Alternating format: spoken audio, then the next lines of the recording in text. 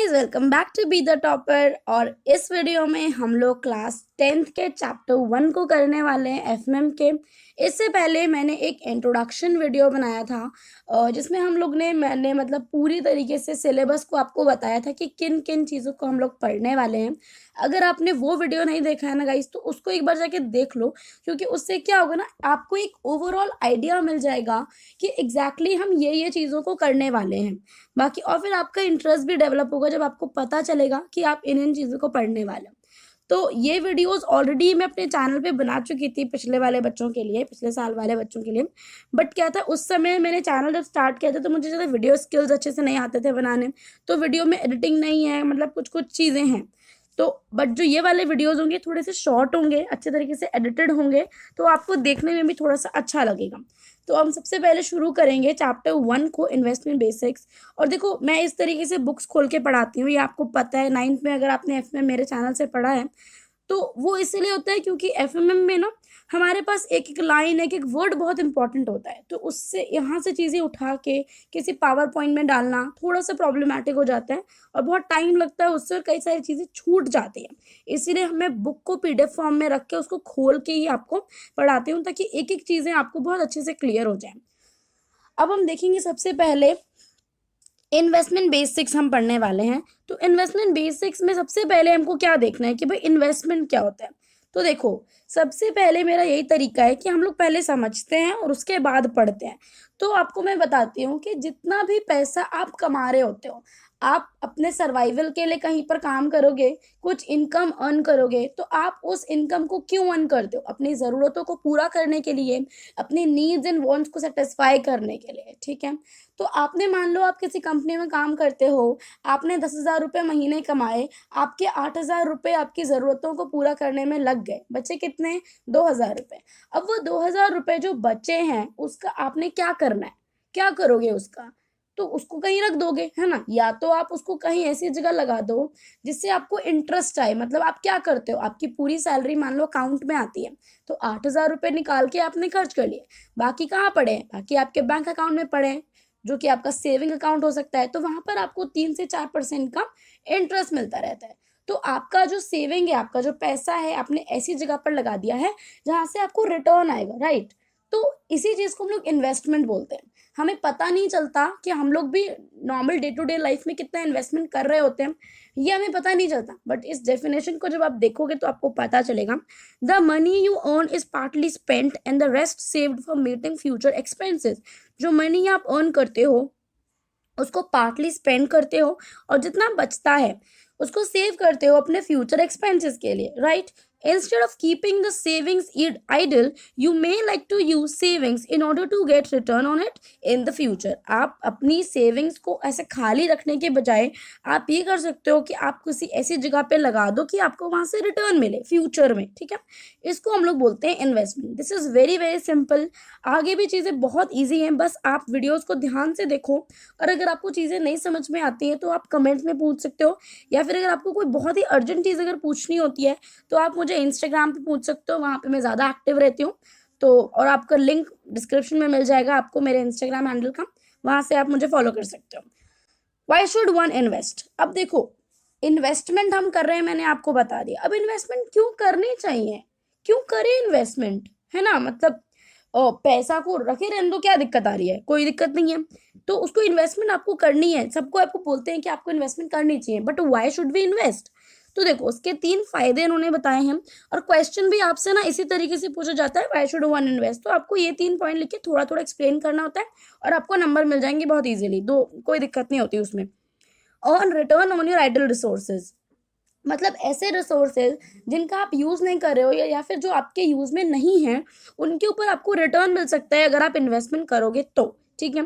आप एक specified sum of money generate कर सकते हो अपने लाइफ में किसी भी गोल के लिए। मान लो कि अभी मैं अभी 20 साल की हूँ, तो मुझे अभी ज़्यादा मेरे को ये गोल नहीं है कि मेरे को गाड़ी बंगला ये चाहिए।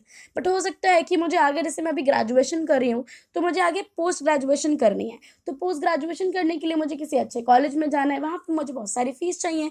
तो मैं उस चीज़ को ही जमा करने लग गई कि भाई अभी मेरे पास 5,000 रुपये हैं, अगले 2 साल में मुझे 50,000 रुपये चाहिए। तो मैं इन 5,000 रुपये को किस तरीके से इन्वेस्ट करूँ कि 50,000 तो हो सकता है ना हो, बट एटलीस्ट कम से कम 10-15,000, 20,000 हो जाए, मैं किसी ऐसी जगह पे पैसे को इन्वेस्ट कर दूँ।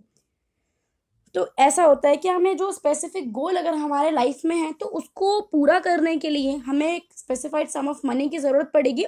उसको करने के लिए हम लोग इन्वेस्टमेंट कर सकते हैं। और गाइस, मैं अभी आपको बताऊं कि अभी 2-3 दिन पहले ना, I was very very curious कि मैं एफएमएम पढ़ा रही हूँ, एफएमएम को पढ़ती हूँ, बट अभी तक मैंने कुछ इन्वेस्टमेंट ज़्यादा वैसे बेसिकली किया नहीं था। तो मैंने ग्रो ऐप को डाउनलोड किया, उसमें सारी चीज़ें की, और मैंने 5,000 रुपये, वो भी खुद के अर्निंग्स को, म्यूचुअल फंड्स में लगाया है, और देखते हैं कैसा रिजल्ट आता है। तो बस आप भी यही है कि आप इन चीज़ों को देखते रहो, सीखते रहो। ये सारी चीज़ें आपको रियल लाइफ में भी, मतलब ऐसा नहीं है कि सिर्फ स्टैटिक चीज़ें हैं, इसको पढ़ लो। बट जब आप इन्वेस्टमेंट की दुनिया में घुसोगे ना, जब आप चीज़ों को और सीखना शुरू करोगे, it is very very interesting, और आपको बहुत मज़ा आने लगेगा। तो नॉट जस्ट दिस एफएमएम, आप और भी यूट्यूब पे बहुत से अच्छे अच्छे वीडियोज़ हैं जिसको आप देख सकते हो, जिनसे आपकी फाइनेंस की नॉलेज बहुत ज़्यादा अच्छी हो जाती है। हमारा थर्ड है कि आपको एक अनसर्टेन फ्यूचर के लिए एक प्रोविजंस बनाने होते हैं कि भाई, क्योंकि फ्यूचर को कोई भी प्रिडिक्ट नहीं कर सकता कि क्या होगा, तो वो अनसर्टेन है। तो उसके लिए भी हमें कुछ ऐसा करना पड़ता है कि हमें कभी भी अगर ज़रूरत पड़ती है, तो हम अपनी चीज़ों को अपने सिचुएशन को हैंडल कर सकें, वो भी पैसे के से ही वो चीज़ें हो पाती हैं। One of the important reasons why one needs to invest wisely is to meet the cost of inflation. सबसे ज़्यादा इम्पॉर्टेंट ये चीज़ होती है कि किसी बंदे को क्यों इन्वेस्ट करना चाहिए, क्योंकि उसको कॉस्ट ऑफ इन्फ्लेशन मीट करना है। कॉस्ट ऑफ इन्फ्लेशन क्या होता है? देखो, आपको पता होगा, अभी भी आप अगर जो 10th क्लास में हो, तो आप 14 और 15 ईयर्स के हो गए। तो जब आप 8-9 साल के होते होगे, तो अगर आप कभी दूध का पैकेट लेने जा रहे हो, तो वो 12-13-17 रुपए का मिलता होगा। टाटा सॉल्ट भी 15-16 रुपए का मिलता था, अभी आई थिंक 20-21 रुपए का कुछ हो गया। तो ये क्या है? चीज़ों के रेट बढ़ रहे हैं। इसी को हम लोग कहते हैं कि समय के साथ जो महंगाई है, वो बढ़ती है। यही होती है इन्फ्लेशन, ठीक है? और इन्फ्लेशन को मीट अगर आपको करना है, तो आपको इन्वेस्टमेंट करनी पड़ेगी। जैसे कि आप मान लो, हो सकता है मैं आपको चीज़ें कुछ ज़्यादा समझा रही हूँ, बट ये आपके अंडरस्टैंडिंग के लिए बहुत अच्छा है, तो आप वीडियो को लास्ट तक देखो। एक-एक एग्ज़ाम्पल जब आप रियल लाइफ़ से कनेक्ट करोगे ना, तभी आपको ये चीज़ें पढ़ने का मज़ा आएगा।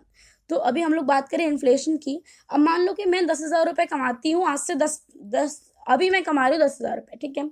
ये तो वैसे तो 2021 के लिए भी 10,000 रुपए एक एक 20 साल के इंसान के लिए भी बहुत कम है। अगर मेरी ज़रूरत है, अगर मैं खुद से सारा खर्चा उठाने जाऊँ तो।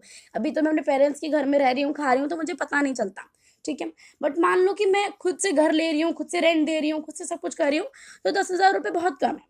और अगले 10 साल तक आ गए और मैं अभी भी 10,000 रुपए ही कमाती रह गई, तो जो मेरे घर का किराया, मान लो अभी वो 3,000 रुपए जा रहा था, वो बढ़ के डेफ़िनेटली 4 या साढ़े 4 हो जाएगा, ठीक है? बिजली का बिल बढ़ेगा, पानी का बिल बढ़ेगा, और जितनी भी चीज़ें हैं, सब कुछ बढ़ जाएँगी। तो मेरा जीना मुश्किल हो जाएगा 10,000 रुपए में। तो मुझे क्या करना था? मुझे अभी जो मैं 10,000 रुपए कमा रही थी 2021 में, मुझे उसको किसी ऐसी जगह पे इन्वेस्ट करना था कि कम से कम जितनी गति से, क्योंकि इन्फ्लेशन भी ऐसा नहीं है कि 100% इन्फ्लेशन बढ़ गई। आज कोई चीज़ 10 रुपए की है, अगले साल वो 50 रुपए की हो जाएगी, या 20 रुपए की हो जाएगी, कुछ ऐसा नहीं होने वाला है। 11, 12, 13 ही हो सकता है। तो उस तरीके से मैं अपनी इन्वेस्टमेंट करूँ कि मुझे इस तरीके से रिटर्न भी मिले। तो ये चीज़ होती है कि हम कॉस्ट ऑफ इन्फ्लेशन को मीट कर सकते हैं। और बाकी यहाँ पे कुछ एग्जांपल्स दे रखे हैं जिसको आप खुद समझ सकते हो। मैंने इतने अच्छे से समझा दिया आपको। आई होप आपको क्लियर हो गया होगा कि इन्फ्लेशन क्या है।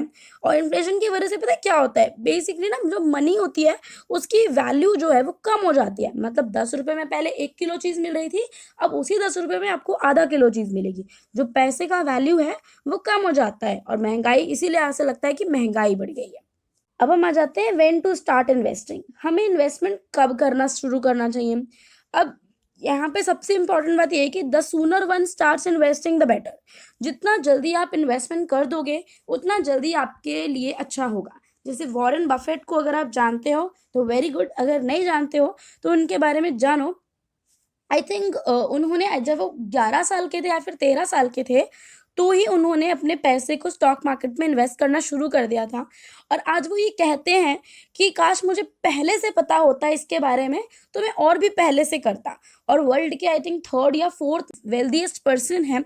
तो उन्होंने ये इस चीज़ को समझा, वो पावर ऑफ कंपाउंडिंग समझते हैं कि पैसे को कैसा कंपाउंड किया जाता है, कि पहले 1 था, फिर 4 हुआ, फिर 10 हुआ, फिर 15 हुआ। इस तरीके से जो हम कंपाउंड इंटरेस्ट 8th क्लास में पढ़ते थे, वो उस तरीके की चीज़ है ये। जितना जल्दी आप पैसे इन्वेस्ट करोगे, उतना जल्दी आपको रिटर्न्स मिलने शुरू हो जाएंगे। Invest early, invest regularly, invest for long term, not for short term. आपको ऐसा नहीं करना कि आपको एक दिन के लिए पैसा लगाना है। देखो, शॉर्ट टर्म के लिए भी इन्वेस्ट कर सकते हैं, बट वो जो प्रो लोग होते हैं ना, जिनको बहुत ज़्यादा पता होता है, वही कर सकते हैं शॉर्ट टर्म के लिए। तो जो लोग सीख रहे हैं, उनको लॉन्ग टर्म के लिए इन्वेस्ट करना चाहिए। और फ़ायदा तो वैसे भी लॉन्ग टर्म में ही होता है। प्रो लोग भी अगर शॉर्ट टर्म में इन्वेस्ट करते हैं तो बहुत सारा पैसा लगाते हैं, तो उनको शॉर्ट टर्म में भी बहुत सारा फ़ायदा हो जाता है। बट ना, नॉर्मल जो लोग हैं उनके लिए यही फ़ायदा होता है कि आप लॉन्ग टर्म के लिए पैसा लगाओ, जिससे कि आपको ज़्यादातर बेनिफिट हो। What care should one take while investing, इस टॉपिक को ही पूरा करके हम इस वीडियो को ख़त्म करेंगे।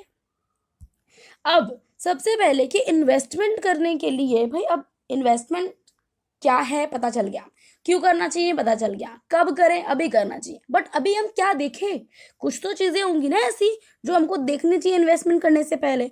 तो सबसे पहले आपके पास जितने भी रिटर्न डॉक्यूमेंट्स होने चाहिए इन्वेस्टमेंट के, आपके पास वो होने चाहिए।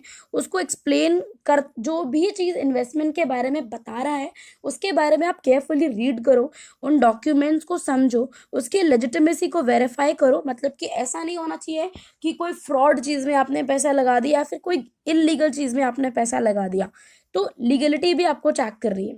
Find out the cost and benefits associated with the investment, कितना पैसा लगेगा, कितना बेनिफिट होगा। तो इस चीज़ को आपको देखना है। जैसे कि अभी मैंने आपको बताया कि मैंने एक्सिस बैंक के म्यूचुअल फंड में पैसा लगाया 5,000 रुपये। तो मैंने 1 साल के लिए उसको लगाया और वन टाइम पे लगा दिया मैंने। वन टाइम मतलब एक बार में मैंने 5,000 रुपये को लगा दिया।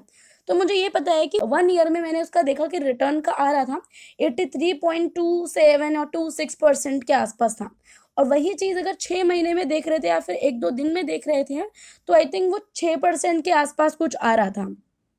तो आपको देखना है कि भाई मैंने 5,000 रुपये लगाए और 1 साल के बाद ये कुछ पैसा जो है वो 9,000 समथिंग कुछ होने वाला है। तो ऐसा मैंने देखा, मैंने चेक किया कि मेरा कितना पैसा लगेगा, कितना बेनिफिट मिलेगा। रिस्क रिटर्न प्रोफाइल चेक करते हैं। लिक्विडिटी हमें चेक करनी होती है कि भाई कितना, कैसे लिक्विडिटी है, कि मार्केट में अगर हम इस चीज़ को बेचने जाएंगे तो इसका पैसा हमें मिलेगा कि नहीं मिलेगा। और आपको ये भी चेक करना है कि ये आपके स्पेसिफिक गोल के लिए अप्रोप्रिएट होना चाहिए। मान लो कि आपको 1 साल में 20,000 रुपये चाहिए, ठीक है, आपके पास 10,000 रुपये हैं और आपने इन्वेस्टमेंट ऐसी जगह पे, आपने मान लो वो 10,000 रुपये सेविंग अकाउंट में लगा दिया।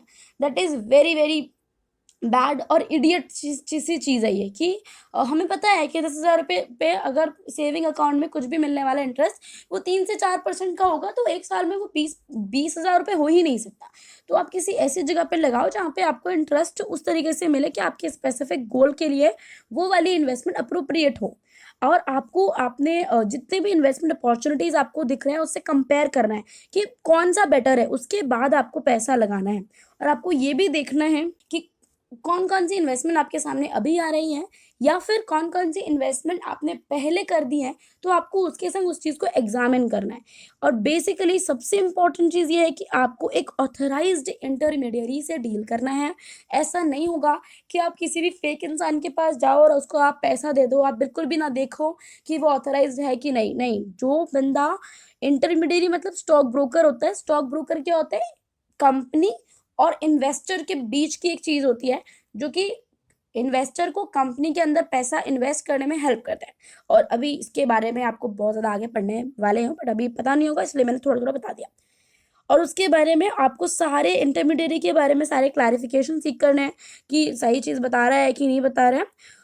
उसके बाद जितने भी सारे ऑप्शंस आपके पास अवेलेबल हैं उन सबको चेक करो और उन सबको देखने के बाद आप इन्वेस्टमेंट को करो, अगर आपको सेटिस्फैक्शन मिलता है तो।